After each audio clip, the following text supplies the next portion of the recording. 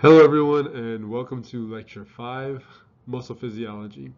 Now technically speaking, I'll really be talking more about skeletal muscle, but I will touch a little bit on smooth muscle as well as cardiac muscle, but I have separate lectures for those. So if any of you guys have ever been to the Bodies Museum, you might recognize the picture there. And when museums and so on start to open up again at some point, I do recommend, especially after your anatomy and physiology courses, to go and check out the bodies exhibit if you haven't already done so. It can be quite interesting and it's a lot of fun, especially if you know the anatomy. Okay, so the three types, as I just mentioned, you have skeletal, cardiac, and smooth muscles. Now this is really kind of a throwback, hopefully, to some of the anatomy and physiology courses you've taken in the past. But just as a refresher, skeletal muscle, all right, its main job is to move bones, right? It's multinucleated. It's striated in appearance, so it looks like it has alternating dark and light bands, and also it's for the most part is considered voluntary. Okay, is that we can voluntarily move our muscles on command. Cardiac, of course, that's the heart, and we'll have separate lectures for the heart. Its main job is to pump blood through the body. It has one nucleus. It is also striated. It has sort of a branched appearance, and it's connected to other cardiac muscles via something called a intercalated disc. And this in this case would be involuntary, thankfully. All right, and then the visceral smooth muscles. All right, so the smooth muscles essentially, all right, these are smooth because they have no striations. They have one nucleus. Oftentimes they're spindle shaped, meaning like kind of like a football shape, if you will, but not as thick. It'll be a little bit thinner than that. But they vary the most of any muscle group in terms of size and function. So you would find them in most of the organs. So for example, like in the GI tract, cardiovascular system as well, and it can help with in the GI system in particular with things like something called peristalsis, which helps us to move digestive material through our digestive tract. And of course, this would be involuntary as well. So those three main types of muscles, skeletal, cardiac, and smooth, they all contract at various speeds. And of course, they can even contract at different speeds from each other within the same group. But just looking at it broadly, you can see the very first example here is of skeletal muscle. And you can see there is a neuron right here, which shows the arrow showing that there's an impulse traveling down that neuron, or an action potential. And it's going to end up at the motor end plate of that skeletal muscle. And you see that there's two skeletal muscle there. They're long and cylindrical with multiple nuclei, and they're striated. Okay, and so when it makes contact with that skeletal muscle, it can depolarize the skeletal muscle. And in response to that depolarization, which is actually something we talked about in the previous lecture, in response to that, it's going to fire its own action potential, because muscle cells, like neurons, are electrically excitable and can actually carry an impulse or an action potential. And so what you're seeing over here in this graph next to it is a graph on millivolts over time, and you're seeing two different lines being drawn here. So you have one, which is this right here, and that is depicting the skeletal muscle action potential. And you see that the whole thing takes a few milliseconds, so it's a very quick action potential. And then the twitch follows after it, and the twitch is the actual contraction of the muscle in response to that action potential. Because if a skeletal muscle is not excited first or depolarized first, there is no contraction. So it requires it. So this is just to kind of show you and get an appreciation for the different timings that each of the muscle groups have. So we have here again skeletal muscle. It's a very quick action potential. And you see the twitch happens up to 10 milliseconds, so maybe about 3 or 4 milliseconds after the action potential has occurred, and gradually rises. Okay, and so that's going to be the contraction that's occurring, and we'll get into more why there's a delay there, but I just want you to see the pattern now. Now if we take a look here, there is the cardiac muscle. Now in cardiac, if you take a look at that, it has a single nucleus. It is striated as well. And it's more branched. You can see some of those branches like here, where it kind of branches off. And they're linked to each other. And you'll notice these lines that are drawn here. All right. Those are the intercalated discs that I was mentioning. So they're kind of all bound to each other via this connective interface that has a gap junction. So we spoke briefly about that, and we'll get into more detail on that in the cardiac lecture. But that allows for quick electrical signaling from one cell to another. But if we take a look over at its graph here, again, millivolts over time, you'll notice that the milliseconds is much longer, all right, in duration. All right, we're looking at an action potential first. If we look at that, you'll see that the action potential is very broad. All right, so you can see that that action potential can last 200 to upwards of 300 milliseconds. Now, if you compare that to the skeletal muscle, that action potential only lasted a few milliseconds, like 4 or 5 milliseconds maybe. So this is far, far longer of an action potential. And you'll also notice that the twitch itself, which I was going to overlap in green here, that twitch that you're seeing actually overlaps with the action potential. It didn't overlap in the skeletal muscle. We had an action potential first, then there was a delay, and then the twitch started to occur. Here, we actually start to get contraction while the action potential is still going. So there's two things to kind of remember from this. Is one, not all action potentials are the same. All right, they can look different. They have different sort of mechanics to it, and we'll talk about that. And there's a reason for the overlap or the timing of the contractions during an action potential. Okay, so in the case of skeletal muscle, you have separation of action potential and contraction. But in cardiac, you have an overlap while the action potential is still going on, you get contraction. And so we'll get into the reasons for that later on. The last one here, of course, is smooth muscle. All right, more of that spindle-shaped, smooth because its appearance is not striated. It's got a single nucleus. That's your next lecture. We'll get into more details about smooth muscle. But over here, again, if we take a look at the millivolts over time, you look at the timing. All right, its action potential is somewhat fairly similar in terms of duration to the skeletal muscle. And there really is a much longer, delay before you see the twitch. As you can see that over here. And as I'll speak to this in the next lecture, smooth muscles can actually, they have more variability, and they can actually contract to even greater extent sometimes than even skeletal muscle can.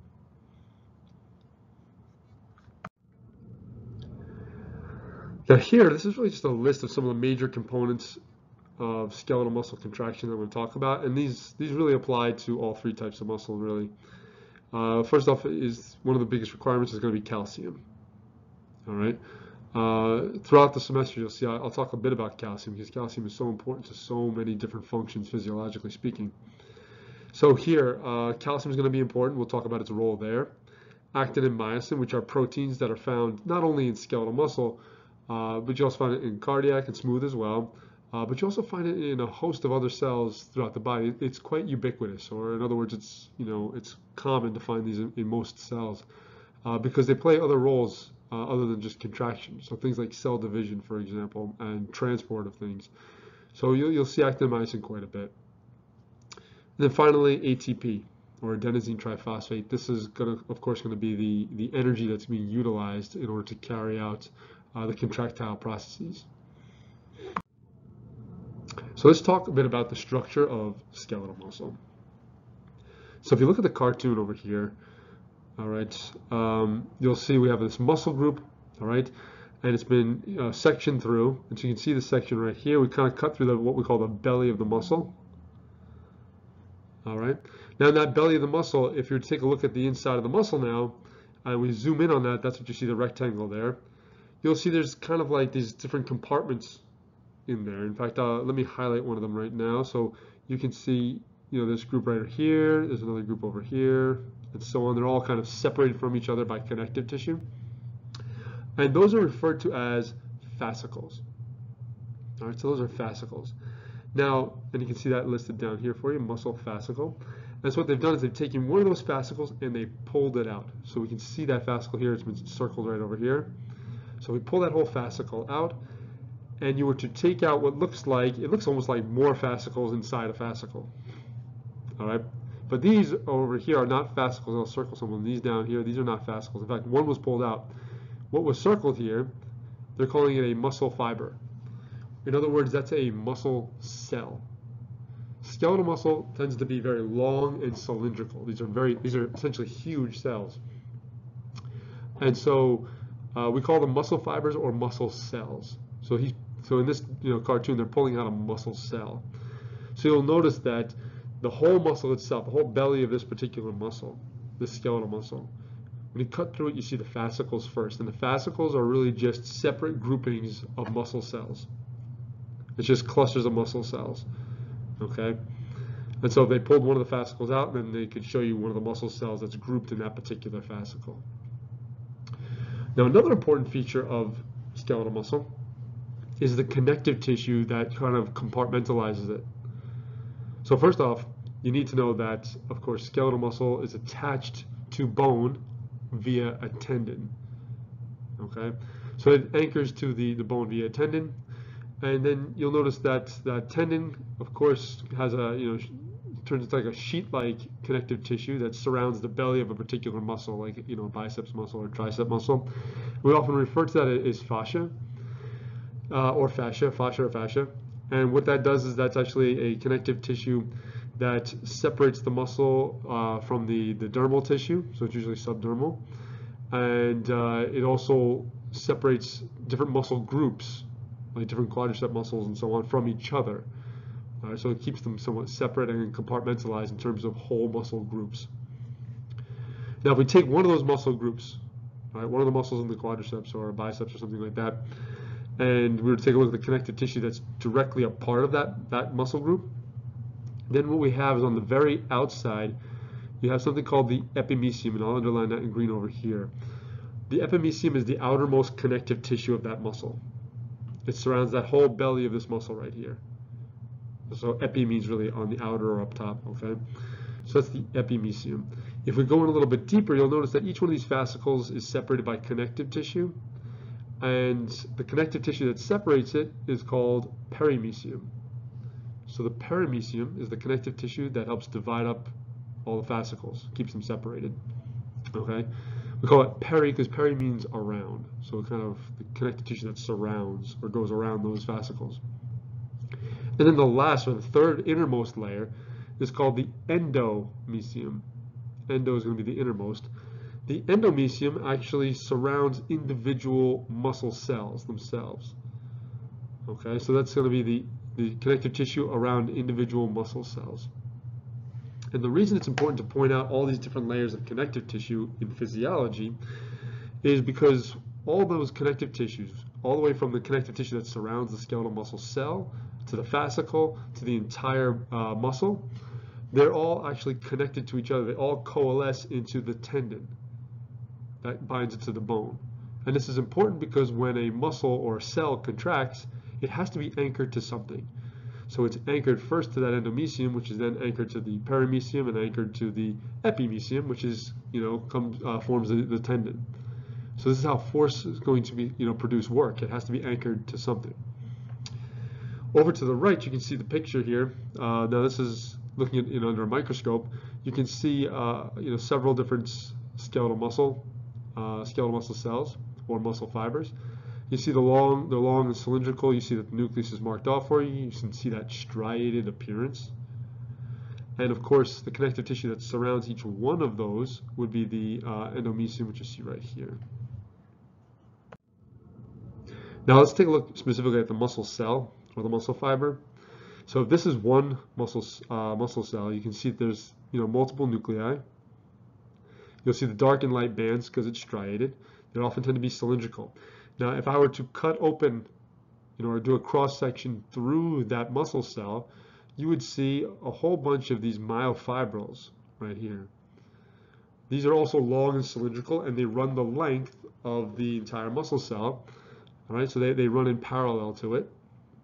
And you see they're kind of bunched in there, and it almost looks like a grouping of a bunch of straws. Okay? And the other thing I want to point out here is that in terms of terminology for a muscle cell, cells have a plasma membrane, but in a muscle we would call it the sarcolemma. All right? The cytoplasm of a skeletal muscle cell is the sarcoplasm. All right? And these muscle cells, since their job is to contract, they usually require lots and lots of energy, lots of protein, so they're going to be filled with things like mitochondria, myoglobin, which holds on to oxygen, so the oxygen is ready to be used. They're going to have glycogen stores, meaning that's how they store glucose, so an energy source that they can utilize to make ATP, of course. And in fact, in the body, our two main stores of glycogen are going to be skeletal muscle and the liver. We'll come back to that. So these myofibrils, again, there's many of them, which all will be what we call the contractile units of a muscle cell. All right. So myofibril, don't confuse a myofibril with a muscle fiber. Muscle fiber is the whole cell. A myofibril is the contractile unit. This is another muscle fiber or a muscle cell. And in this case, the sarcolemma or the plasma membrane is yellow in appearance, okay? You can see there's multiple nuclei, and they've kind of peeled back some of the sarcolemma there so we can see the contractile units, otherwise known as the myofibrils, okay, which is labeled down here. And we can see several of them. You can actually count how many there are in this particular cartoon. But again, these are the main components that are going to cause the contraction. All right, so there's several steps to have a contraction occur, and the anatomy of the cell is conducive to allowing or optimizing the ability for those myofibrils to contract. So let's kind of familiarize ourselves with what those anatomical parts are. So first off, on the surface of the cell, right, where we have our sarcolemma, you have openings. So I'm going to underline it over here, openings into what we call transverse tubules. So there's little pores all over the surface of this cell. Okay, and those pores, they're hollow. They lead into a tube system within the cell. But since they're open to the extracellular fluid, the fluid that fills up these tubes is extracellular fluid. Okay, because they're open to the extracellular space. So it's almost like it's a continuation of the surface of the cell. All right, it's like a tunnel dug through into the cell, and these tunnels, which you can see, are purple in appearance. They when inside the cell, they'll surround the myofibrils. All right, so you'll notice they'll wrap around and they closely adhere to all the myofibrils. And you can see it can surround it at multiple points. All right, because again, these myofibrils are very long. And you see that in purple. So that purple structure that you're seeing there is actually hollow and filled with extracellular fluid because it's open to the extracellular space. All right, now, you'll also notice that around the myofibrils, you see this sort of blue, what looks like a blue mesh or webbing there. And what that actually is the sarcoplasmic reticulum, which is essentially a specialized endoplasmic reticulum for muscle cell. And so you see that all of them are wrapped and closely adhered to around each one of the myofibrils. Okay, and in fact, you'll notice that there's a little swelling near the transverse tubules on either side. And those are called terminal cisterns. Terminal cisterns are actually a part of the sarcoplasmic reticulum. They just happen to be these swellings there that are closely adhered to the transverse tubule. We'll get into the reasons for that, but these all will work together. The transverse tubule being close to the sarcoplasmic reticulum is ideal in optimizing our ability to activate these contractile units. All right, so they're going to be linked somehow. We'll talk about that. In addition, you can see some of the mitochondria, all right, because it's going to have a high energy demand. All right, so let's talk about that contractile unit, the components of it, and we'll kind of break it down. All right, so broadly, it has what we call thick and thin filaments. The thick filaments, all right, are really proteins, and we refer to them as myosin. All right, so those are thick, and the thin filaments are actin. So actin and myosin, as I mentioned on the earlier slides. There's also what we call these elastic filaments. One of them that's very large, probably one of the largest proteins in the body, if not the largest, which is titin. All right. Now, actin and myosin. So myosin we'll talk about first. That's our thick filament. And in fact, over here we're looking at a cartoon of the myosin molecule. Now, one of those myosin molecules, as you look at here, you can see that the tail of it is long, and they're kind of twisted around each other. So it's like there's two parts to it, really. You can see that kind of twisted around each other, and there's a neck region here, and then there's the head. It kind of looks like two golf clubs kind of interwoven with each other. And so that's the myosin head right there. And if you notice, it's the myosin that's actually in our contractile units or our myofibrils. They're actually grouped together. So you can see they're grouped together down here, which creates this very thick-looking filament. And so they're grouped and arranged in such a fashion. You can notice that we have a nice arrangement of the myosin head sticking out in sort of this orderly fashion. Okay. Now the actin is the thin filament, and if we were to actually take a look at the components of actin, you'll see that it actually has these globular portions to it that look kind of like beads, beads on a string. And you see here that we refer to it as the individual component as a G-actin. It's really just like the globular component of it. And they're all connected to each other. Now, you'll also notice that there's tropomyosin and a troponin complex that's adhered to it.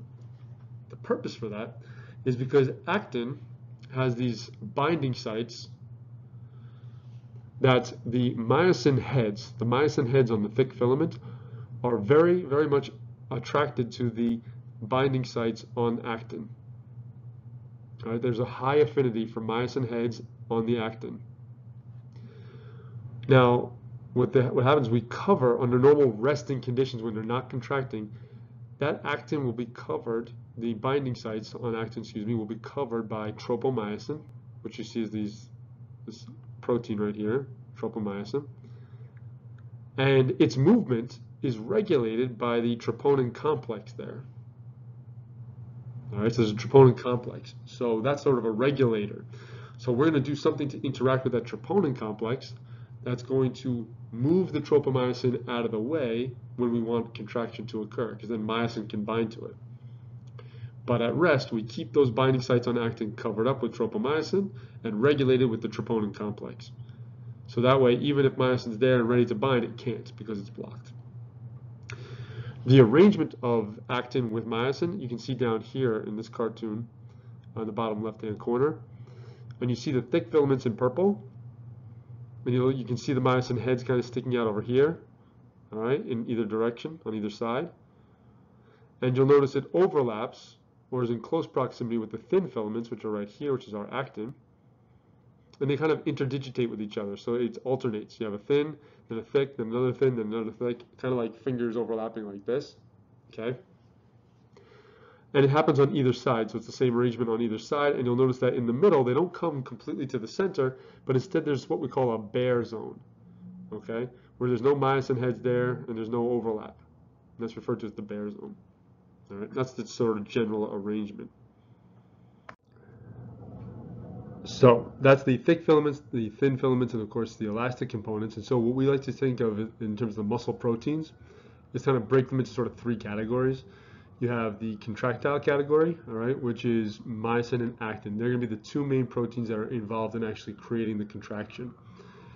Then you have the regulatory, and the regulatory are going to be things like troponin and tropomyosin, which, as you saw in the previous slide, actually cover over the actin binding sites. And so in that way, it regulates when those sites will become available, when they're not, okay? And then the third one is structural. Meaning this is the, its vital role is to make sure that the actin and myosin are interdigitating appropriately, and that they're bound to the right proteins to keep everything in place, right? So ones like titin and dystrophin. Titin I mentioned already, which is an elastic one, and that helps the components kind of recoil. So if they were to be stretched out, it would recoil back. Dystrophin, which I haven't spoken of yet. Dystrophin is a structural protein that is absolutely vital to the function, because as I said before, earlier on, with a muscle cells to contract, it should be anchored to something so that work can actually be done, right? Otherwise it would just shrink on itself, right? So if it's tethered to something, when it contracts, it's going to pull on something and generate force and maybe hopefully produce movement of some sort, right? So dystrophin's job is to make sure that these myofibrils, these contractile units inside the cell, when they contract, that they're actually anchored to not only the cell membrane of the cell, but also go through the plasma membrane and anchored to the extracellular matrix. And in fact, down here, what you're seeing in this cartoon is this is dystrophin right here. Dystrophin is bound to the actin filaments, all right, those thin filaments of the myofibril. And that dystrophin is also adhered to several other types of proteins that span the membrane and ultimately can bind to the endomysium. And as I mentioned, the endomysium was the connective tissue that surrounds individual cells. So this actually helps to transmit the force to the connective tissue that actually surrounds the cell. So that way, when it contracts, it's generating force and pulling on the connective tissue that ultimately becomes the tendon. Because without dystrophin, okay, then you would just have contractile units shrinking inside a cell, but the cell itself would not have generated any movement or any kind of work because it's not tethered to anything. So it does play a vital role. At the top there, you just see again the thick filaments with the myosin heads, the long myosin tail, and you see over here to the right the actin, which looks like those beads on a string, surrounded by the tropomyosin and the troponin, which are the regulatory components. So if we look at the cell in this sort of fashion here, we can kind of see overall how this kind of comes together. What you have is the sarcoplasm, which is just the cytoplasm of a muscle cell. And you'll notice the sarcoplasmic reticulum, which we saw previously was like that blue mesh that surrounds each one of the myofibrils. And inside the sarcoplasmic reticulum is a large concentration or a high concentration of calcium. So calcium is stored inside there. All right, and we're going to talk about specific pumps here that continue to move calcium in there to store it there. Then there's the transverse tubule, if you recall. That has a pore on the outside of the cell that leads into a series of tunnels within the cell that closely adhere to these myofibrils.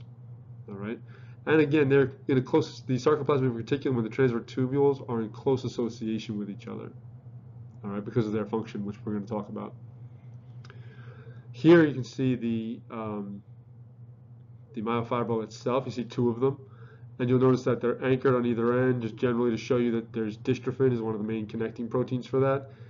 And that's going to link it to the connective tissue on the outside. So as those cylindrical myofibrils contract and get shorter, it's pulling, and since it's tethered to something, it's going to pull on the outside of the cell as well on that connective tissue. And you can imagine that if you had many muscle cells working at the same time and all those muscle cells had their myofibrils contracting, that's going to generate more and more force on the connective tissue and the tendon, thus causing movement of the bone. Also, again, you have your mitochondria, the myoglobin, which is going to bind to that oxygen, and some glycogen for some extra energy. All right.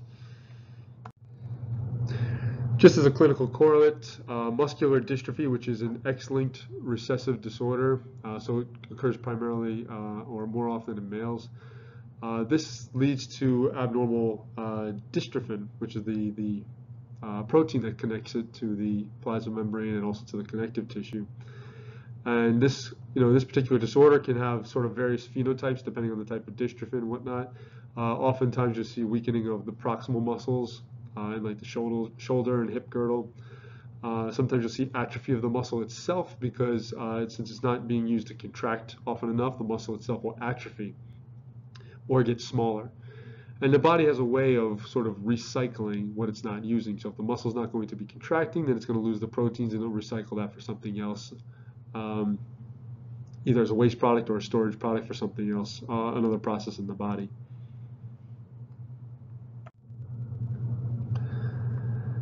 Now, we said that skeletal muscle is striated, so it has that banded appearance to it. And so in the electron micrograph, which is depicted here, you can see one of the bands. Here's a dark band right here. Here's another dark band. I've circled them all in red there for you.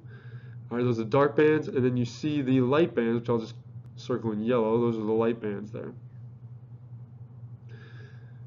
Now, these striations occur because of the protein arrangements of the myofibril, of those units.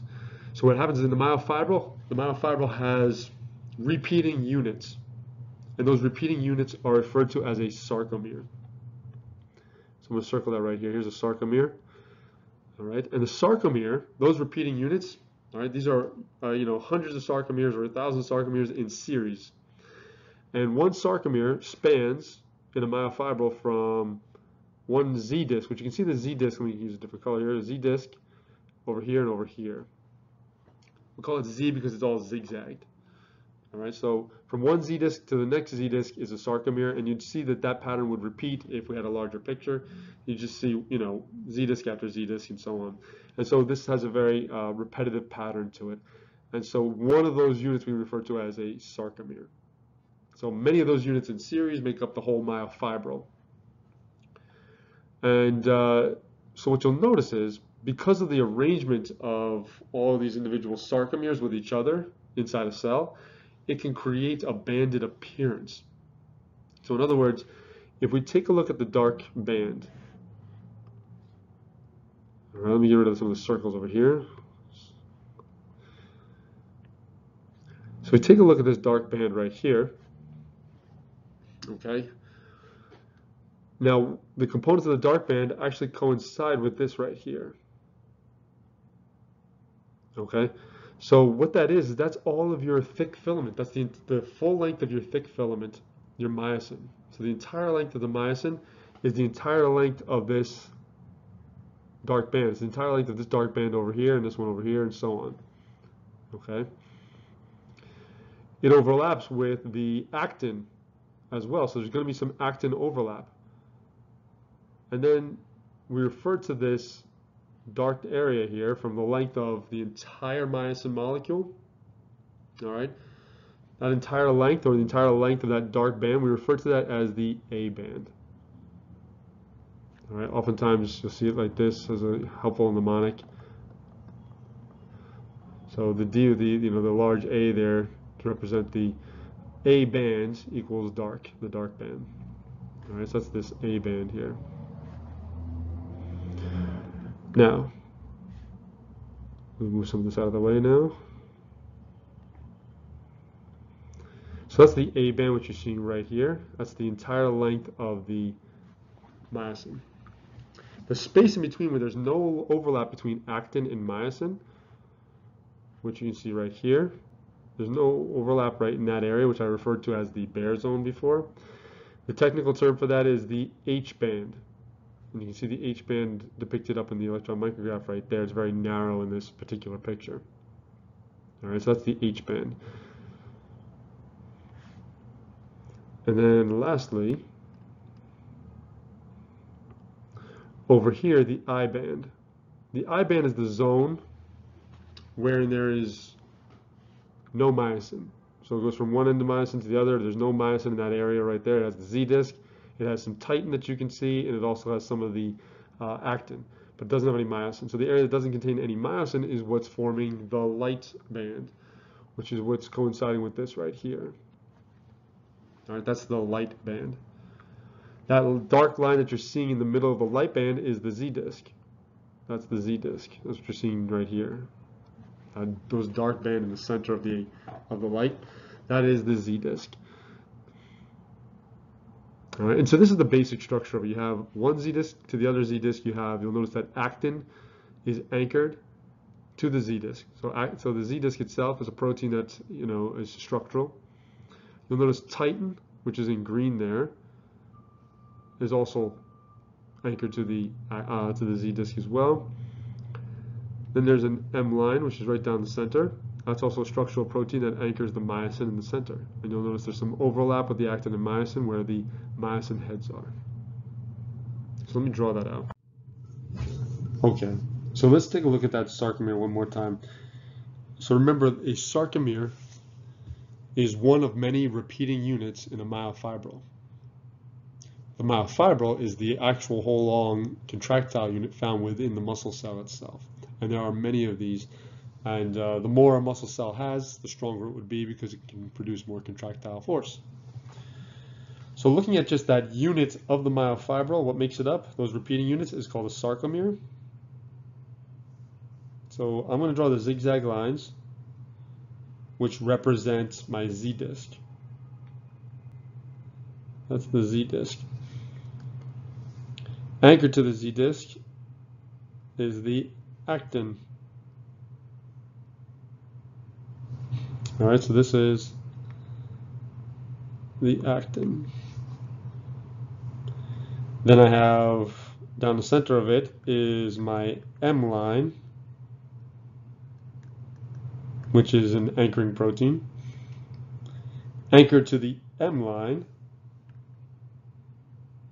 I'll draw it a little bit thicker here, is going to be my thick filament, otherwise known as my myosin. I'll draw some of the myosin heads over here, which are by the actin, where the actin overlaps. All right. This is the basic structure of it. Oh, and don't let me forget this, is that anchored to the Z disc, you also have that coiled protein, which I'll draw it as a little coil here. That is my titin.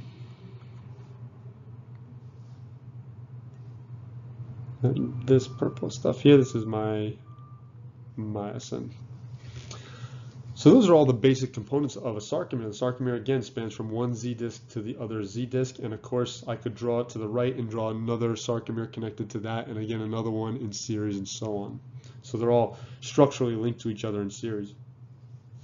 And so some of the key components here are the fact that the myosin and the actin overlap.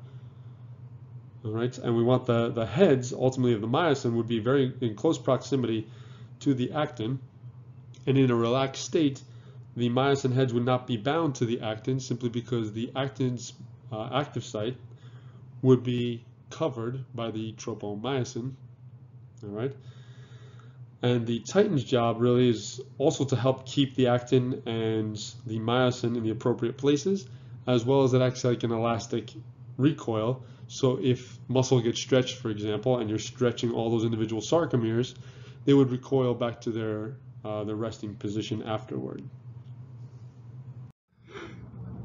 Okay, so here, this is again the arrangement of the sarcomere, just using a different cartoon to kind of help illustrate it.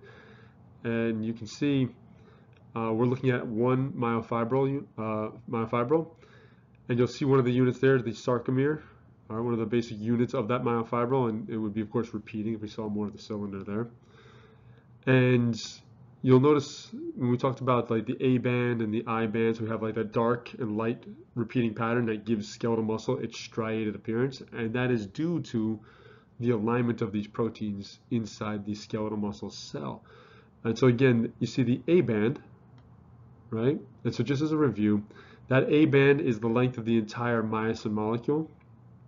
Okay, so you can see that, and the portion of that's going to have some overlap with actin. And the portion that's not overlapping with actin, we usually refer to as the H zone or the H band. And that's really in the middle portion of the A band, you have the H band. And that contains the M line, which the myosin is bound to, as well as non-overlapping parts of the myosin. If you look at the I band contains the Z disc and actin, but does not contain any of the myosin, and so it looks lighter. All right, so it looks a little bit lighter, so that would be the light portion of the banding pattern. All right, now if we look down here, we can see that structure that I kind of drew out for you on the previous slide. Here again, you can see the Z discs on either side, so that's my sarcomere. Here's the M line. You can see the heads of the thick filament of the myosin over here. You see in yellow, you see the actin, which is bound to the Z disc, and you can also see the titin there, which looks like a coil or a spring. Okay. And so again, the idea is to have sort of an optimal overlap with the myosin heads, because that's where the interaction is going to take place. That's where the contraction is going to occur, is when myosin finally binds to the actin. We're actually going to get the entire myofibril will shorten together, will scrunch together. And that basically means what we have is like if they're interdigitating with each other and then they link. So if this is actin and this is myosin, actin and myosin and so on, if the heads bind to actin and then pull inward towards the M line, you're going to see them slide together like this. So you're going to see the Z discs get closer to each other as the myosin binds to the actin and pulls on the actin, which of course the actin's bound to the Z disc. So as it pulls on that actin and pulls it closer towards the M line, you see the Z discs come together, and that's how that sarcomere is going to shorten during contraction. And since it's bound in series to other sarcomeres, they're all going to be doing it, and you'll see the entire myofibril component or unit will actually all shorten. And as it shortens, then it's bound, of course, to the extracellular matrix, which is going to cause bone to move. So this is what I just described is referred to as the sliding filament mechanism. All right, myosin pulls on the actin. It causes the thin filaments to slide inward. So again, it's kind of like if my hands are the heads of the myosin, it grabs the actin, and then it pulls it inward towards its M line. Okay, so the Z discs are going to move towards each other, and the sarcomere is going to shorten. All right, the structural proteins transmit the force throughout the entire muscle, as I mentioned. So as that shortens, of course, that force is going to be generated to outside the cell because it's anchored to the connective tissue. So this is what the sliding filament mechanism looks like. So if you see over here, if we look at the bands, all right, you have the A band, which is the entire length of the myosin. The A band never changes in size because the myosin itself doesn't shorten. It's a fixed length. So the A band doesn't change in size. The I band, if you remember, the I band is just the actin and the Z disc. So you can imagine that if the myosin binds to the actin and pulls it inward, what ends up happening, you get more and more overlap of actin. So again, it's like that's interdigitated. So if it pulls it inward, it starts to go like this. So we get more and more overlap until the actin meets the midline there. So if we take a look at this, what this actually looks like as it's contracting in this electron micrograph, you'll see here's our M line, here's the Z disc. So we're looking at a sarcomere. All right, you see the H zone. So pay attention to the H zone. Remember, the A band is not going to change in size because the myosin itself doesn't change in size. And look what happens to the I band and the H zone. So the H zone, you'll notice here, as it starts to contract, all right, you'll notice the A band hasn't changed at all in size from here to here. But the H zone is starting to get a little bit smaller. Remember, the H zone represents the non-overlapping parts of myosin. So there's no actin overlapping myosin, but as myosin pulls the actin towards its own M line, you get more and more overlap. So the bands start to be darker and darker, and the H zone gets smaller and smaller because the H zone only represents non-overlapping part.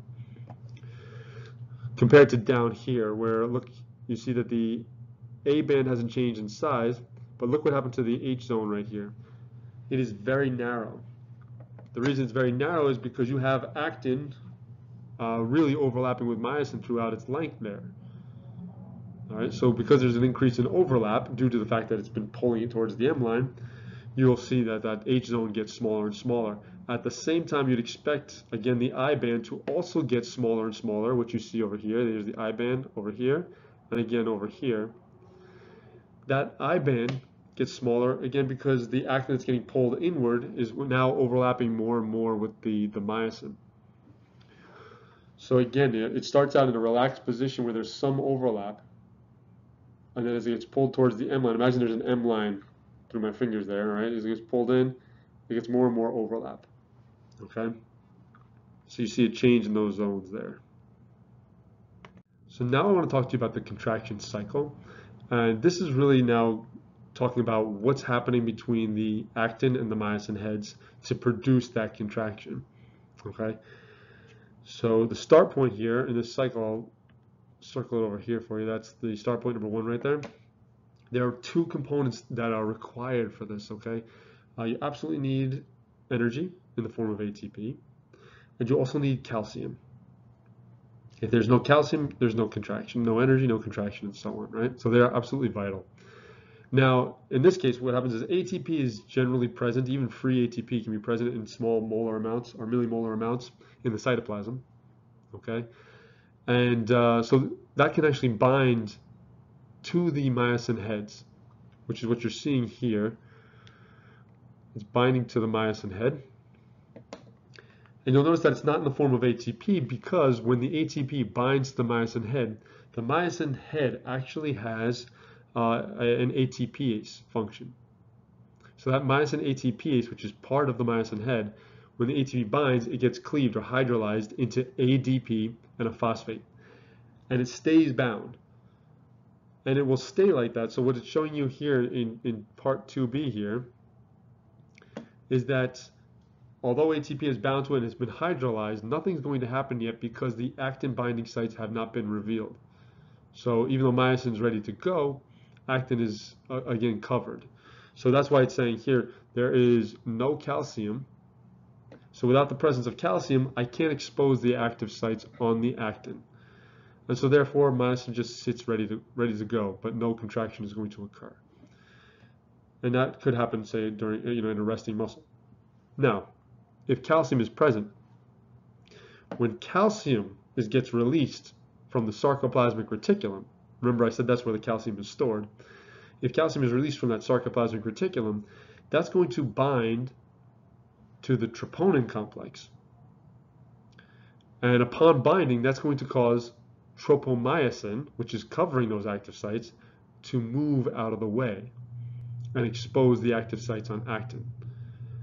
Now that you have myosin, which has already bound to ATP and hydrolyzed it and is ready to go, the exposure of the site causes those two to interact very rapidly, all right, since they have high affinity. And so now that calcium is revealed at that site, we get binding of myosin, the myosin head, to the actin. So they bind, forming something we call a cross bridge. Technically speaking, the head of the myosin is actually called the cross bridge, but we form a cross bridge. All right, now that's still bound to ADP and phosphate, but as soon as that myosin head binds to the actin, a conformational change occurs in the myosin. So it bends inward, all right? It bends towards its tail. So the head flexes towards its tail, which is what you're seeing down here. The head flexes towards its own tail. In other words, it flexes towards its M line because the tails are connected to the M line. So that flexes towards its tail. It's still connected to the actin, so that's why it pulls on the actin. And during that conformational change, it releases ADP and a phosphate. So that's how that becomes released. So it becomes released after that conformational change. That conformational change, we refer to that as the power stroke. So as soon as myosin is able to bind to actin, it creates a conformational change, flexes the head, or I should say really the head and the neck of the myosin towards its own tail, which pulls on the actin, okay, and that releases the ADP and the phosphate. And now you have it in this conformation over here. So I'm going to draw your attention to here where, let's say there hypothetically is no ATP, all right? Here you have the myosin bound to actin in that contracted state. The only way I can release myosin from the actin is if ATP binds to the myosin head again. So ATP is required. You can see it over here. If ATP binds, it'll bind to the myosin head, and that will release it from the actin. So ATP is required to release myosin from the actin. Once it does that, of course, it'll become hydrolyzed, and it recocks, if you will. It recocks the head backwards again into the starting position where we were at 1. And if calcium is still present, then we're going to repeat the cycle over and over and over again. So in summation, ATP binds to the myosin head, which releases it from actin, puts it into a cocked and ready position.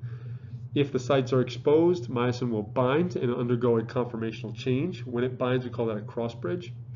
That conformational change causes a flexion of that neck and head towards its tail, which is really towards the M line of the sarcomere. That pulls the actin inward. That change in conformation releases the ADP and the phosphate. And again, the myosin head will stay bound to that actin until ATP binds to it and releases it. Now there's something called rigor mortis, which you guys may have heard of. So you have what we call a rigor complex. So if there is no ATP, say the patient has just passed away, and up to 12, 24, even 48 hours after death, the person's body can become very stiff. So we refer to this as rigor mortis. And the reason it becomes stiff is initially because they lose the ATP that's needed to release any myosin heads that are bound to actin currently. The reason that rigor mortis goes away after, say, 24 or 48 hours is because of, essentially just deterioration in autodigestion as the cells start to fail and lose oxygen and the proteins break down and so on. But in that beginning stage, that tightness in the muscles is coming from the fact that there's no ATP to release the myosin from the actin. Okay, so here now, what I want to do is take a step back and just talk about how we go from a nerve signal to muscle contraction. What's the whole pathway? Okay, so we're going to hopefully bring it all together here. So now with the nerve signal, if we take a look at step 1 up here. So here's step 1. So the nerve signal arrives, which is, you can see the arrow there. That's our action potential. Let's move down the axon. It reaches the axon terminal. Okay, the axon terminal is communicating with that muscle cell. All right, so you can see the postsynaptic side, which is actually our skeletal muscle. So when it reaches there, you know that, of course, calcium is going to come into the terminal there. It's going to cause release of the acetylcholine into the synaptic cleft. And then the acetylcholine will diffuse and bind to the nicotinic acetylcholine receptors on the postsynaptic membrane, which, of course, that membrane is going to be part of the skeletal muscle. That's going to cause depolarization of the skeletal muscle in that area. And that depolarization can then lead to an action potential in the skeletal muscle that leads to contraction. So you're seeing, again, the impulse reach there, and the acetylcholine, and again, in skeletal muscle, activation of skeletal muscle is always done by acetylcholine. It's always excitatory. There is no inhibitory inputs directly to a skeletal muscle. So anytime you activate the skeletal muscle via nerve, it will always be to cause contraction. Acetylcholine binds to nicotinic acetylcholine receptors. And that allows both sodium and potassium to actually move down their concentration gradient. So you know potassium is going to leave the cell, sodium is going to come into the cell. What you're going to end up doing is depolarizing overall. You're going to depolarize the cells towards their, each trying to get to their equilibrium potential, but instead you're going to reach a steady state. And that steady state is going to be somewhere around 0 millivolts. And generally speaking, in skeletal muscle, at rest, the resting membrane potential of a skeletal muscle is negative 90 millivolts. When we activate or depolarize, we generally depolarize it towards 0 millivolts. Okay? And then what you're going to find is that nearby, all right, nearby that junction between the neuron and skeletal muscle, on the skeletal muscle membrane are going to be voltage-gated sodium and potassium channels.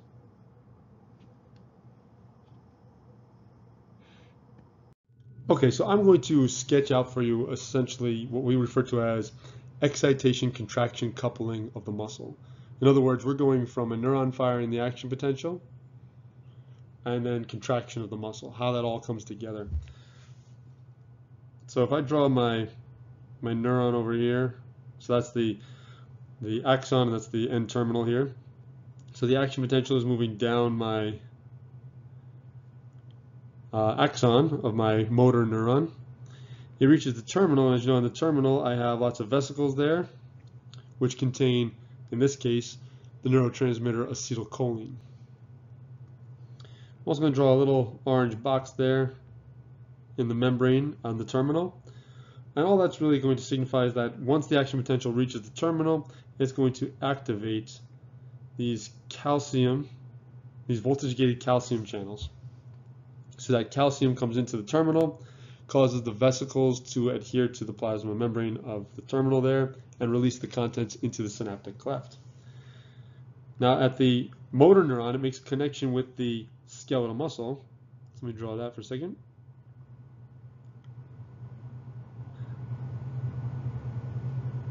So bear with me.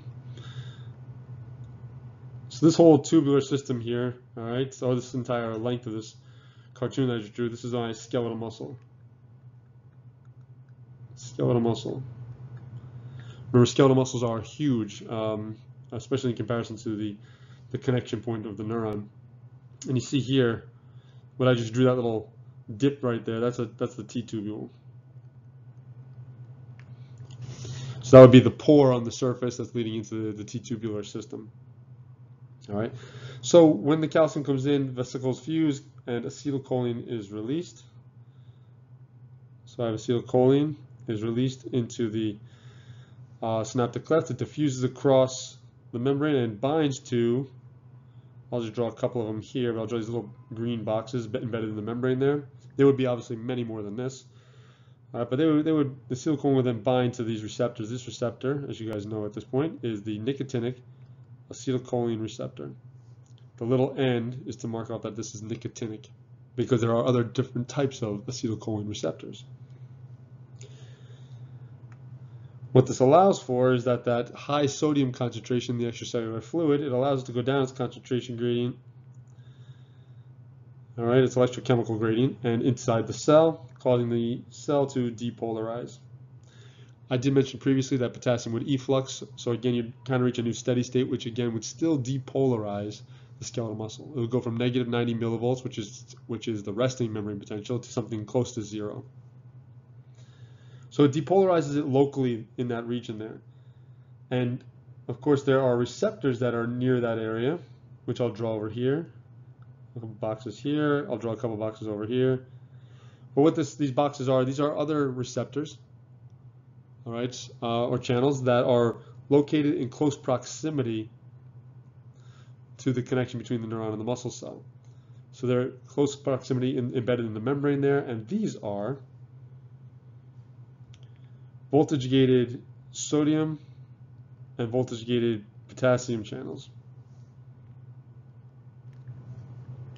So what happens is you depolarize that local area, these voltage-gated sodium and potassium channels are going to activate, and it's going to carry out the same action potential process we saw in a neuron, where voltage-gated sodium channels open up first and quickly, depolarize the muscle cell, and then potassium will open up and repolarize it. And what's going to happen is that results in an action potential that spreads along the surface of the muscle all throughout the muscle.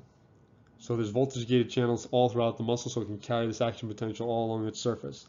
So as it's traveling along the surface, it will go into the T-tubules, since that's an extension of the surface. And so you get action potentials inside those T-tubules, where they will come in contact with specialized receptors embedded in the membrane of the T-tubules. These receptors are called dihydropyridine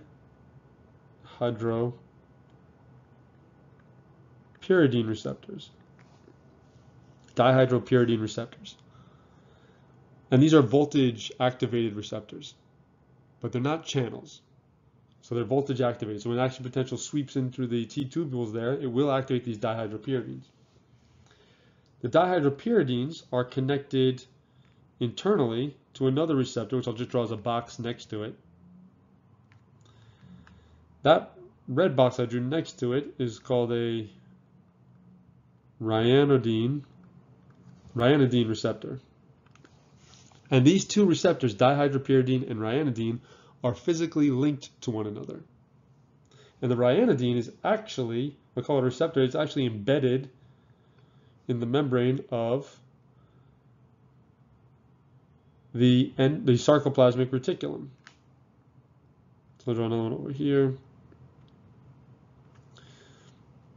And if you recall from the previous slides, I told you that the T-tubules, the T-tubular system, surrounds each of the myofibrils, and it's in close proximity to the sarcoplasmic reticulum. So this is the sarcoplasmic reticulum, and recall that stores a lot of calcium. So when the action potential goes into the T-tubule and activates the dihydropyridine receptor, that's physically linked to the ryanodine receptor. What happens is the change in conformation of the dihydropyridine in response to the change in voltage is going to cause the ryanodine receptor to open up a channel. And when the ryanodine opens up its channel, that means calcium can then go down its concentration gradient and into the sarcoplasm of the muscle cell.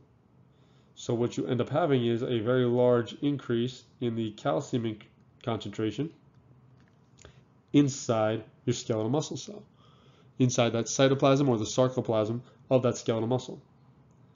So now it's no longer as sequestered inside the sarcoplasmic reticulum, it's now building up in the actual cytoplasm itself, which allows it then to interact with the contractile units or the myofibrils. And when I say interact with, I mean the calcium is going to bind with the regulatory protein that we've discussed. It's going to bind to the troponin, which will cause the tropomyosin to move out of the way. And then myosin, in the presence of ATP, can bind to that actin now, and it can go through the contraction cycle that we just talked about previously. So, of course, next, near this T-tubule system and the sarcoplasmic reticulum would, of course, be our myofibrils, and I'll just draw one of the units of the myofibril, which is the sarcomere. I'll just draw my Z disc there, my actin, and the myosin that's interdigitated between it, just as a rough sketch, because as you know, the calcium is going to then interact with the troponins that are part of the actin complex, and thus we get contraction. So here in this cartoon, you can see the same thing illustrated for you in this cartoon with excitation contraction coupling. In other words, how we go from an action potential to a contraction.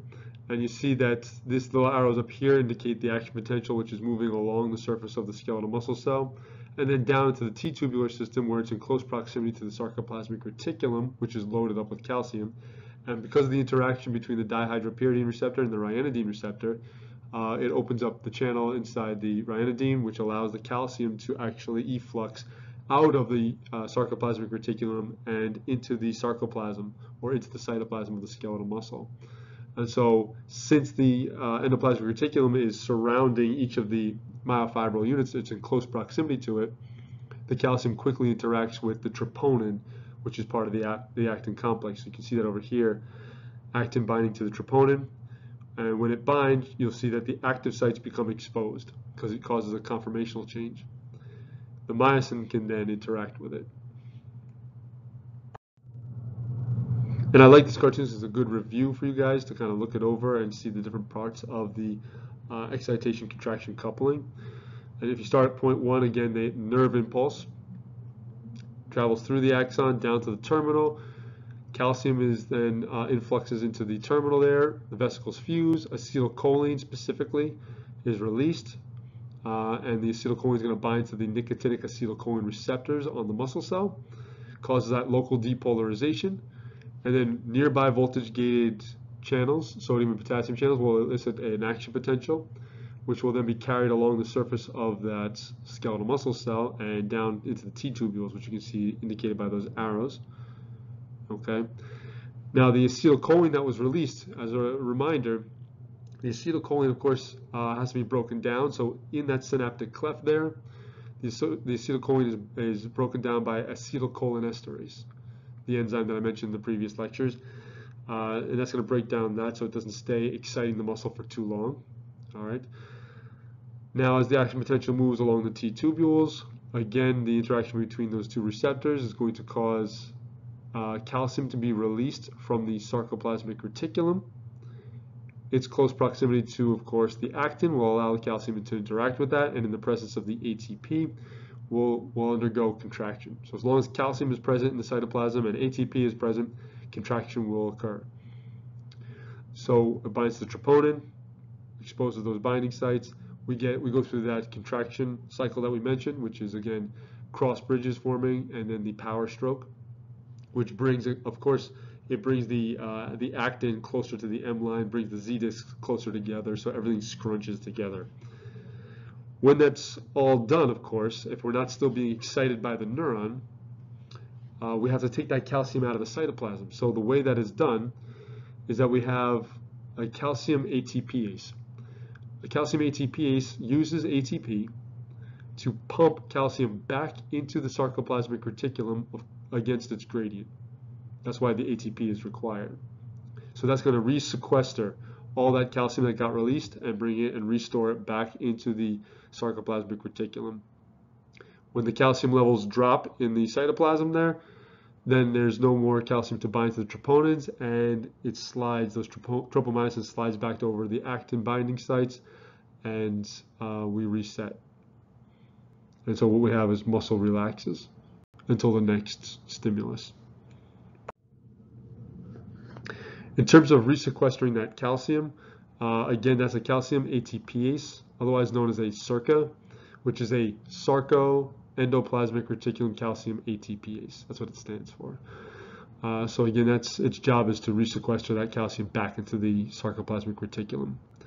Because there is such a high concentration of calcium in the sarcoplasmic reticulum, calcium could precipitate. Kind of like increases in calcium could cause precipitation in the kidneys, causing stones. We don't want that to precipitate in the sarcoplasmic reticulum, so it ends up being stored, bound to something called calsequestrin, and that helps prevent some of this precipitation from occurring. The rate of sequestration, so the rate of resequestering, of course, that calcium determines the rate the muscle relaxes. So the faster it works to get the calcium out of the cytoplasm, the faster it's going to relax, and that would make sense. And not all calcium ATPases work at the same rate, and some calcium ATPases are modifiable, meaning we can increase or decrease the rate. And in fact, that's the case in the heart, where we could actually affect that. So, for example, in cardiac cells, if you phosphorylate phospholamban, all right, this enhances calcium ATPase activity, and the muscle relaxes faster. That's actually useful at a high heart rate when you want to contract fast and you need more calcium, and it's going to contract harder with more calcium. But that also means I need to relax fast, because I have to have a high heart rate. I need to relax fast too, so I can get the next contraction in. So we need to be able to get that to increase its activity. So phospholamban can actually help increase calcium ATPase activity and get the calcium out of there, so we can relax faster too to keep up with the demand. So now I want to talk about the length-tension relationship. And so what I'm really driving at now is the tension or the force that is developed when a muscle contracts, either a single muscle cell or the whole muscle as a unit. What affects its ability to generate the force that it has? Okay, so so in the length tension, what this is showing you is if you look over here, you'll notice that they're showing you sarcomeres on either side, and they're showing you some actin and one of the thick filaments, myosin, and they're showing you the degree of overlap of actin with the myosin heads there. Okay, so it's telling you here's the length on the x-axis, so the resting sarcomere length. All right, and then the tension, or the amount or the percent of tension that can be developed at those lengths, at those starting lengths. So they did this experimentally, where they could take a muscle fiber or a muscle, for example, and tether it on either end and keep it fixed, and then stimulate it. When they stimulate it to see how much force it generated, and then what they do is they'd stretch the muscle out and stimulate it again and see how much tension or force that it would generate. And they could keep stretching it, of course, and they would take a look at all the various lengths and see which one developed the most tension. And what they found is that around 2 microns or so was optimal for the skeletal muscle, which you can see there, about 2.2 microns, where it plateaus, and you can generate the highest percent or the highest maximum tension. Because, and this makes sense if you think about it, this is the point with which there's the most optimal overlap, where all the myosin heads will be able to optimally bind to the actin and generate enough force. If, on the other hand, let's say we take the muscle cell and we make it really squished together so that the actin starts to overlap itself, which you see here at the 1.8 micron level, where even the actin's kind of scrunched up on top of itself, we're not really giving it the optimal amount of binding that could occur. And so we can't generate as much force at those shorter lengths, and you can actually see that the drop-off is pretty steep once you get closer to that, because at that point you're squishing them so close together, you may even be disrupting physically the arrangement that they have, and so maybe some myosin heads can't reach the actin and so on. When you go the opposite direction, let's say we stretch the muscle out further and further, and then see how much force we generate, you'll notice that it also drops off to 0 as well, and that makes sense too, because the myosin heads have to bind the actin in order for any tension to develop at all. So in this case, if the actin is pulled so far apart that there's no overlap at all, myosin heads have nothing to grab and would generate ultimately 0 force. All right. So in this case, length does matter here, because the force of the muscle contraction depends on that length, on that optimal overlap. So as long as you have the optimal overlap, which is right around 2 microns or so, that's where you're going to get your best contraction. You're going to generate the most force there. Now, in terms of the whole muscle, all right, those muscles, those individual muscle cells, are activated by a neuron, as we know, a motor neuron. But in fact, the motor neuron will only activate a certain number of muscle cells. And that could be 2 or 3 muscle cells, or it could be 2 or 3,000 muscle cells. All right, it varies, but any given neuron and the number of muscle cells that it activates, okay, is called a motor unit. So a motor unit, again, consists of a somatic motor neuron, all right, and the muscle fibers it innervates. And so this actually can change the force of contraction as well. So not only does it depend on the length, but also on the number of motor units that can activate it, that can also play a role. So for example, the force of contraction increases with the recruitment of more and more motor units. So we take a look at the cartoon here. You'll notice here's a neuron, all right, a motor neuron located, all right, here in the spinal cord section, all right, in the anterior horn of the gray matter. And if we take a look at the purple one, for example, if this is my motor neuron, as it goes and then synapses on different muscle cells, if we take a look at our muscle here, you can see all the different fascicles. All the ones that are colored purple are the ones that this neuron is making a connection with or synapsing with. And you'll notice that it's varied. It's not all in one fascicle. In fact, it's innervating different muscle cells in different fascicles. And then you'll notice the green one, same thing. The green one is a little bit smaller of a motor neuron, and it seems to be innervating, again, all those little tinier green neurons. These are smaller muscle cells located in various places in the fascicle. So motor units come in different sizes. All right, like I said, a motor unit could have 2 muscle cells. It could have 1,000 muscle cells. But this allows us for precision or gross movements, for example. So if I have a motor unit, so I have one neuron, and let's say it's connected to 2 muscle cells. So it's a very small motor unit. This would allow me to fine-tune movements, for example, like maybe in my hands, where I might have smaller motor units, where I need to coordinate muscle movements more finely, or my voice box, especially for singers, all right, or you'd have smaller motor units to help kind of fine-tune movements and so on. Whereas larger motor units would be used for, say, more gross movement. So like, let's say in your quadriceps, all right, and your hamstrings and so on. These are moving in large components. We don't really need fine-tuned movements. So you might have a neuron connected with, say, 1,000 different muscle cells. Now, a couple features of that means that whenever that neuron fires, it will activate all the muscle cells it's connected to. Whether it's 2 or 1,000, they will all fire at the same time and contract simultaneously. And so we have many, many motor units of varying sizes, and that helps us because if you look at this example here, we have our mechanical response. So if I activate, say, 5%, which is the lowest down here, I will produce, so much force or tension in that muscle. If I activate 10% of my motor units, you'll notice that the tension increases all the way up till I activate 100% of my motor units. That's going to generate the most force because now I'm activating all of my muscle cells. And the order of operations is always smallest to largest. The smallest are more excitable, all right? And then the bigger ones are less excitable.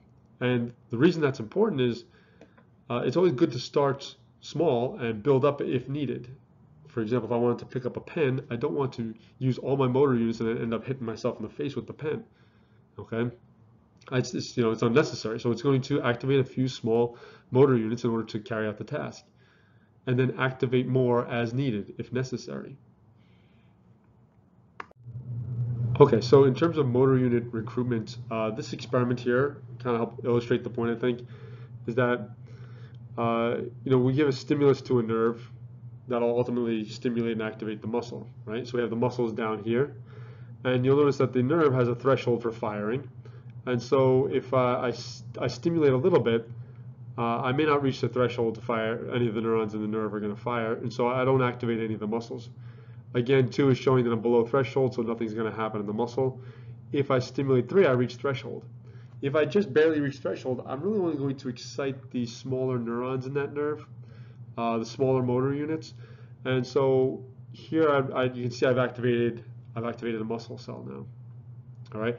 As I increase further along here, all right, I'm giving a stronger and stronger stimulus to the nerve, which is activating more and more neurons. And each one of those neurons now can activate more and more muscle cells. And I'm essentially recruiting motor units, because as I activate more neurons, I'm going to excite more muscle cells. Up until a point, which is what point 7 is here. You'll notice that at 7, I've essentially already maxed out all the muscle cells already. So even giving stronger stimulus to the nerve is not going to produce any more tension, which is what you're seeing down here. You'll notice that the tension is gradually increasing up to point 7 here, all right, where I reach maximal contraction, because I've already maximally recruited all my muscle cells at that point. So that's the maximum tension I can get. So any further stimulus to the nerve is not going to produce any further contraction. Okay, so I've already maxed out at that point.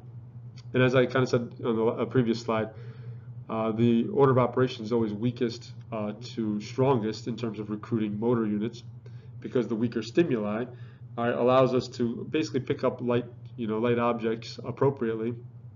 And if the object is heavier, we'll recruit more motor units to help us out with that. Okay.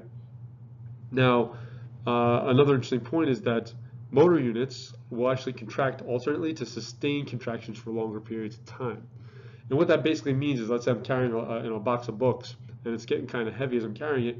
It's contracting, but what it's doing is it's alternating the motor units, which ones come on and which ones turn off or can relax so they don't fatigue, so that I can maintain that contraction for a longer period of time. So that allows one guy to rest, or one motor unit to rest, while another one is doing the work. And then when that one needs the break, the other one switches over and can take over. So it's that alternating pattern helps us to retain the contractile force smoothly by alternating those motor units together. And so our nervous system is actually built to do that for us.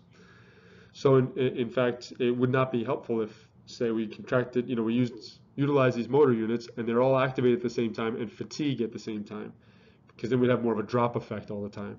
So in this way, by alternating them, it stays smooth and we can stay contracted for a longer period of time.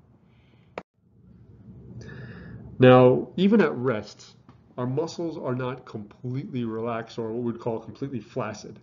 You'll notice that in clinics, when you guys finally get there, is that oftentimes they'll see patients, especially in neurology, where they'll ask the patient to relax their limbs, and then the physician or the PA or the nurse will grab the limbs and move the limbs around and see how freely they move.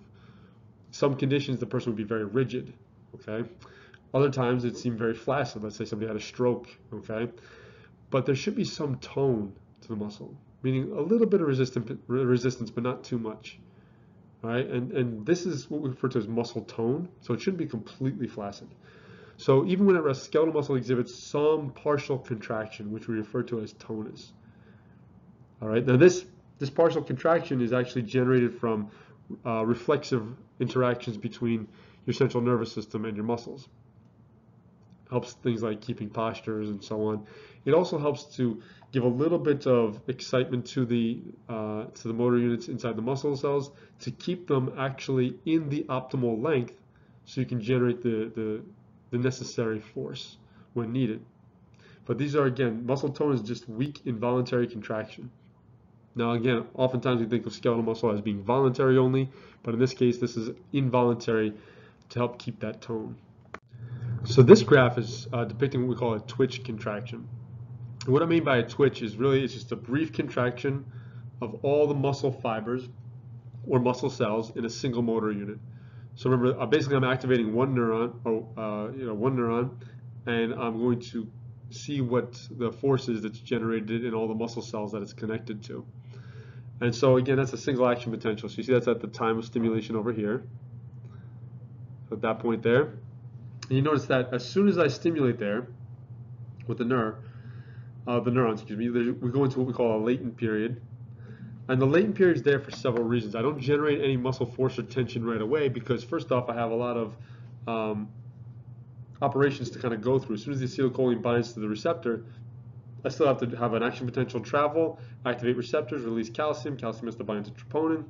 That takes time. Not that much time, but it takes time. So we have a little bit of a latency there. And in order to generate any kind of force, remember, I also have to pull on the connective tissue, like the epimysium, the perimysium, and the endomysium, and which ultimately becomes the tendon. So I may not, in the muscle, actually see any force being generated yet, because as it's building tension, it's pulling and making all that connective tissue become taut and building tension in the connective tissue, which hasn't turned into any kind of force that I can see yet. So that's all part of this latent period here. But then as you see, at the end of the latent period, the contraction phase, it goes up. The muscle tension goes up pretty quickly. And then, of course, as the calcium gets sequestered at the top there, we go into our relaxation phase. And so you see the relaxation phase, we go back down to the bottom there. Now, and back to our baseline. And the last part of this is the refractory period. Generally, when we're talking about skeletal muscle, the refractory period really only occurs during the action potential itself. So there's a refractory period in the action potential of the neuron. Right, we talked about the absolute, right, and the relative refractory periods there, where we couldn't fire another action potential. And in the muscle cell, it also has a refractory period built into its action potential. Really, in terms of being able to activate the muscle cell again, it's just a matter of the neuron's action potential refractory period. All right, so that would be really right around this point here. So it's a very short refractory period. So you could fire, essentially that neuron could fire many times or at high frequencies based on its refractory period and cause contraction of the muscle over and over again. And what that looks like, all right, is what we call wave summation. So basically, if I increase the frequency of firing of that neuron that's connected to all these muscle cells, it's going to continue to activate the muscle cells over and over again. And so we refer to this as wave summation. So say I fire an action potential once, that's going to cause a contraction to start to occur. And if another action potential comes along before the first contraction has finished, then it's going to result in a second stronger contraction that's stronger than the previous one. And if we keep doing that, we can end up with what we call unfused tetanus. Like if we keep stimulating it in such a timing that we never let the muscle actually relax, we end up with what we call a sustained but wavering contraction. If, on the other hand, we increase the frequency so fast, we can end up with what we call fused tetanus, where it stays at its maximal contracting force. So let's see what that looks like. So here's wave summation. So down here in blue represents the action potential itself, and then here's the force of contraction that's generated from that action potential.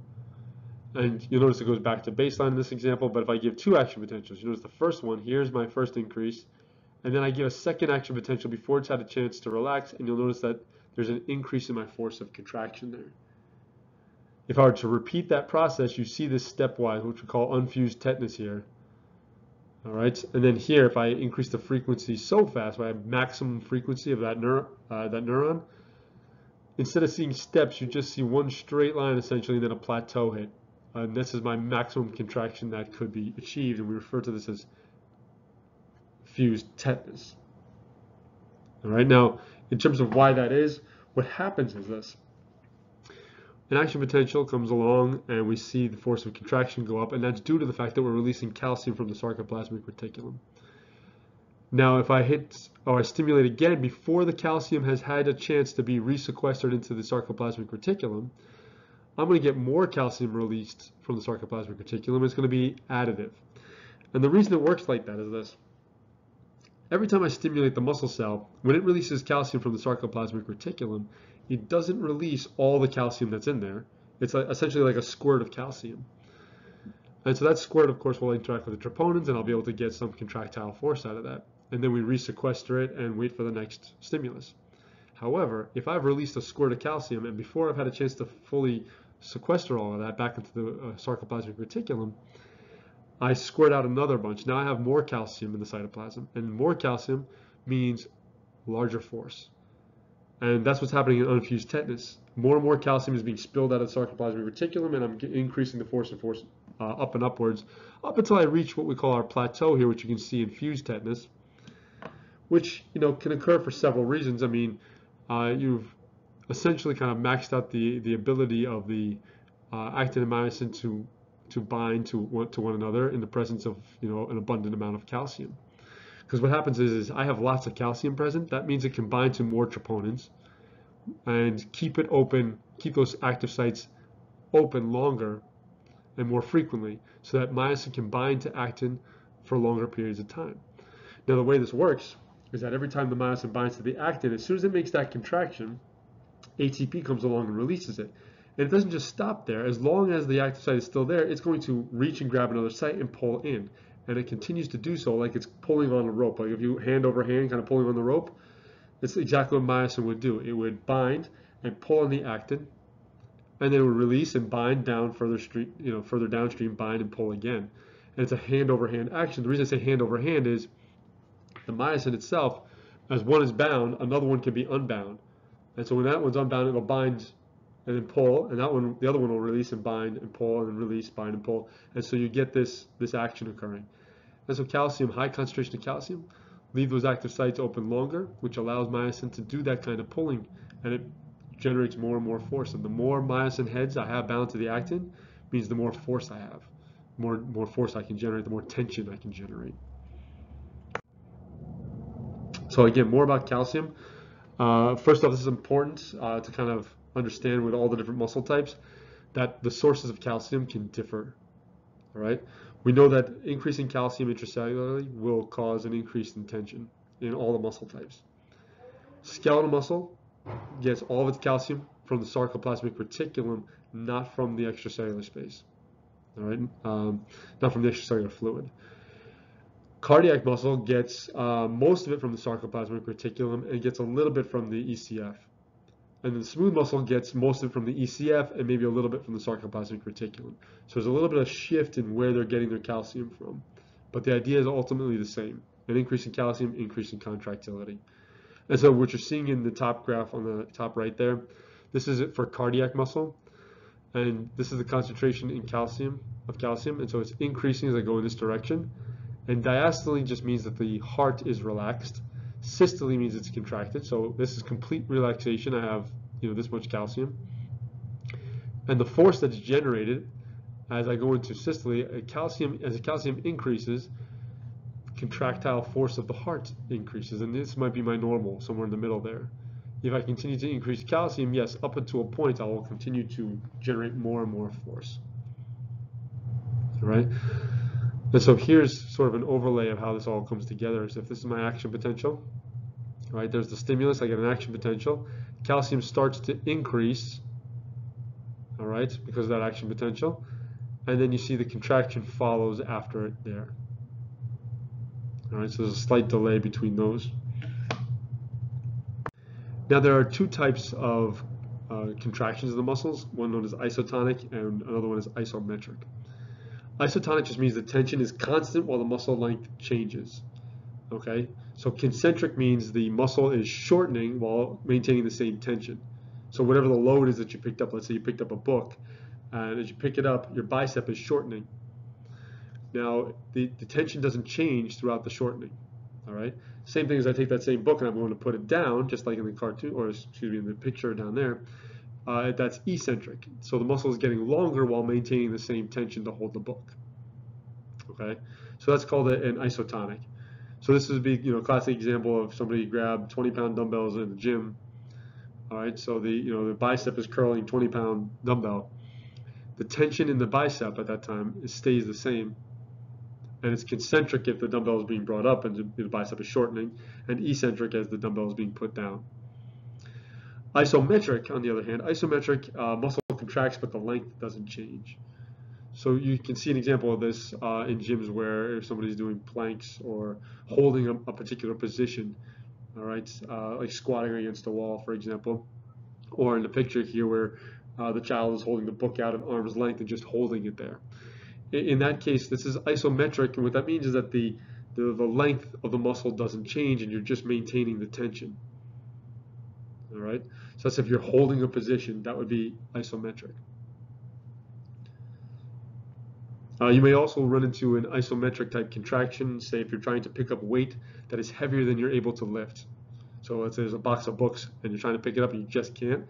The tension is developing inside the muscles, but the length isn't changing because you can't lift the load. That would be isometric. Okay, so here I just really want to touch on how the skeletal muscle is going to get the ATP necessary to power its contraction cycle. because I told you guys, at rest, yes, you have free ATP that may bind to the myosin automatically and make it ready to go when the calcium concentration rises. So we really have three ways to kind of generate more ATP so that the muscle can continue to work, since it uses a lot of energy. And so the first and fastest method is actually the creatine phosphate.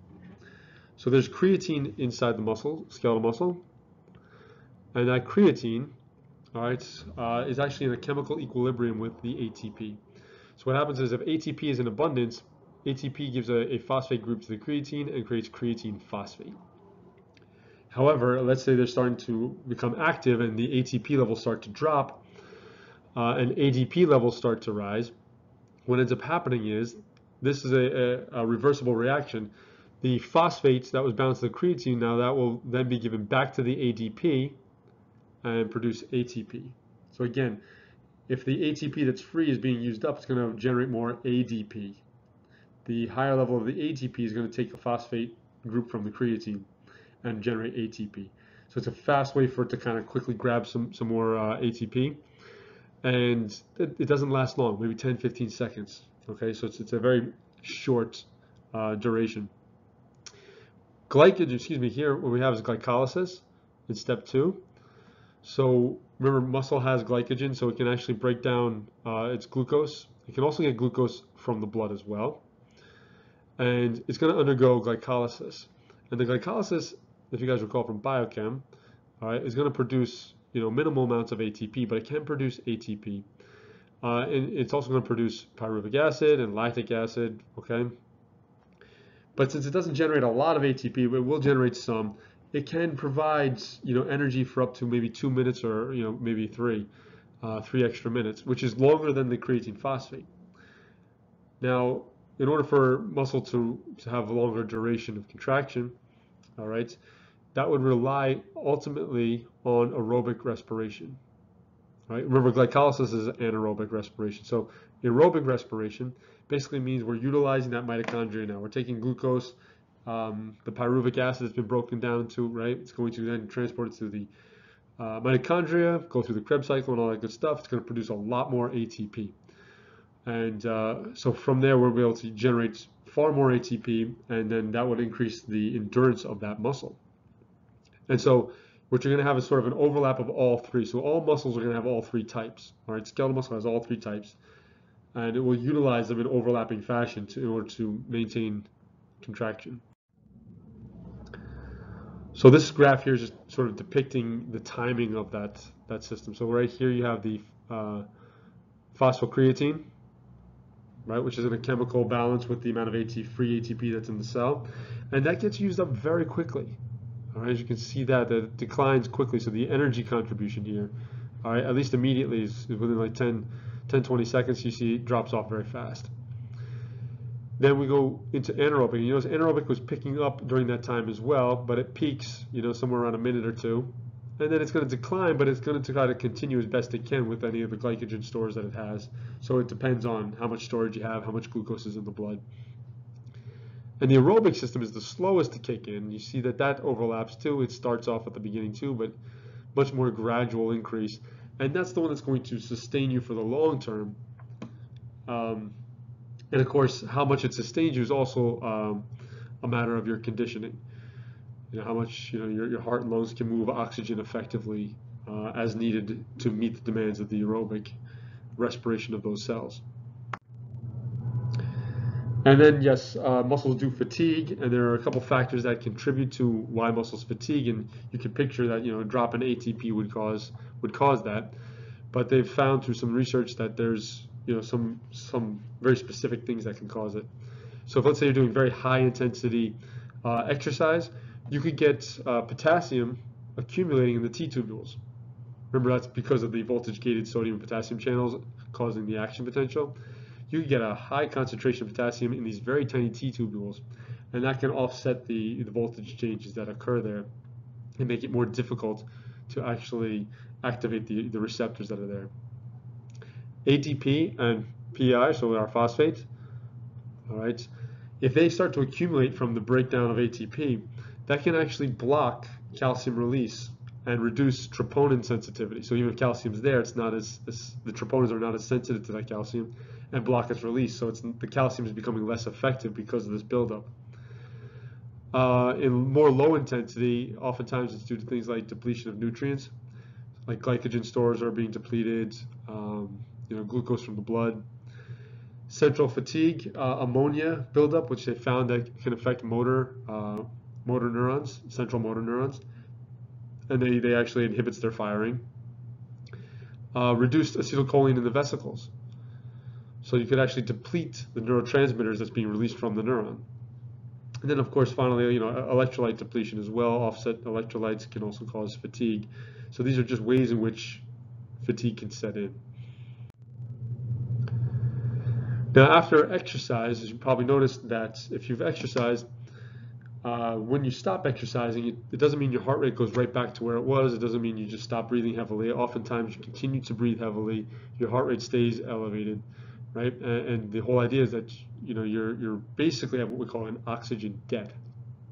All right, so excess post-exercise oxygen consumption, meaning you've pushed your body, you've elevated your heart rates, your respiratory rate in order to meet the demands of the muscle so that it has plenty of oxygen in order to carry out the functions that it needs to carry out.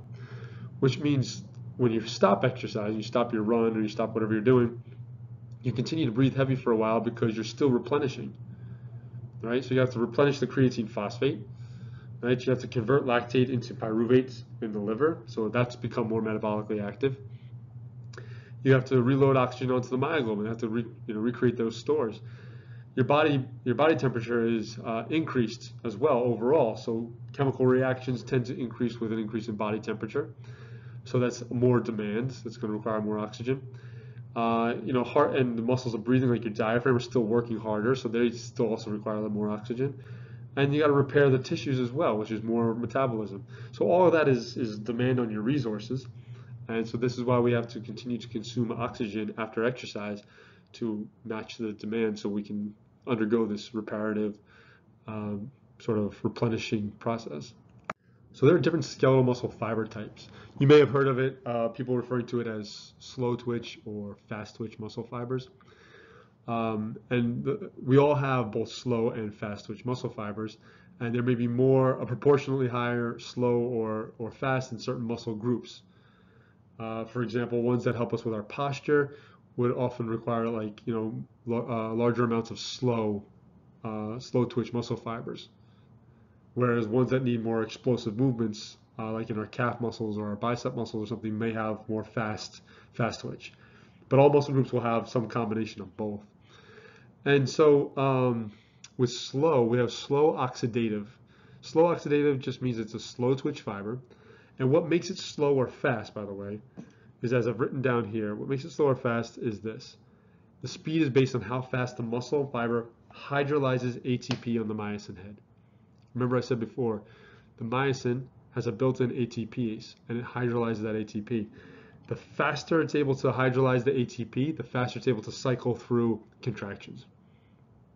So fast twitch muscle fibers have very fast-acting ATPases, and slow would be slower, right? Now I say slow oxidative to kind of mention the type of oxygen, or how oxygen, is being utilized. So for example, slow oxidative would mean it has a sort of slow rates of contraction, but there's many mitochondria and myoglobin molecules, meaning that it utilizes a lot of aerobic respiration. And so these muscles tend to be very red, okay? And they're red because of the mitochondria and the myoglobin, which the myoglobin would make it appear red. Because high oxygen content, these usually are high endurance muscles. Then you have the in-between, which is fast oxidative and glycolytic. It's fast because it's a fast twitch. It can contract quickly, but it uses aerobic and anaerobic in sort of equal amounts, if you will. Then there's the fast glycolytic. Fast is a fast twitch muscle. It's glycolytic because it primarily uses anaerobic. And this would be more like white fibers because there's not as many mitochondria and myoglobin there because it's not doing as much anaerobic work. These muscles are good for quick, strong movements, jumping, sprinting, and so on. And so they would be found maybe in higher proportion in things like the calves or the biceps, ones that would require more fast action and usually don't have as much endurance. Whereas postural muscles, like in your back, for example, or in your hips, you might have more slow oxidative because it has to have a higher endurance, and you don't need it to be more to be fast twitch or as powerful a movement. And so you see this with athletes all the time. Genetically, kind of, we're determined to see what proportion we have. We have all three types, but proportionally it could be different. So sprinters could have a higher proportion of fast glycolytics, where a marathon runner might have more slow oxidative. And some research has demonstrated that you could transition from one type to another depending on how you exercise as well, the maximum of which would of course be determined by your genetics. But I will have to say one last point here is that in terms of the motor units, so the neuron and any muscle cells it's connected to, each motor unit is one type. So one motor unit might be slow oxidative, another motor unit could be fast glycolytic. But a single motor unit will not have different types. It won't have slow oxidative and fast glycolytic. It's all one type. In terms of muscle tissue regeneration, when it's injured and so on, mature skeletal muscle doesn't undergo mitosis, so it can't divide. So it can undergo hypertrophy, but it doesn't undergo hyperplasia. So for example, in hypertrophy, the muscle gets larger, but that doesn't mean there's more muscle cells there. It just means those muscle cells that are there are larger. And so you can see that in the cartoon at the bottom here. This is hypertrophy, where I started out with 4 cells, they've gotten larger.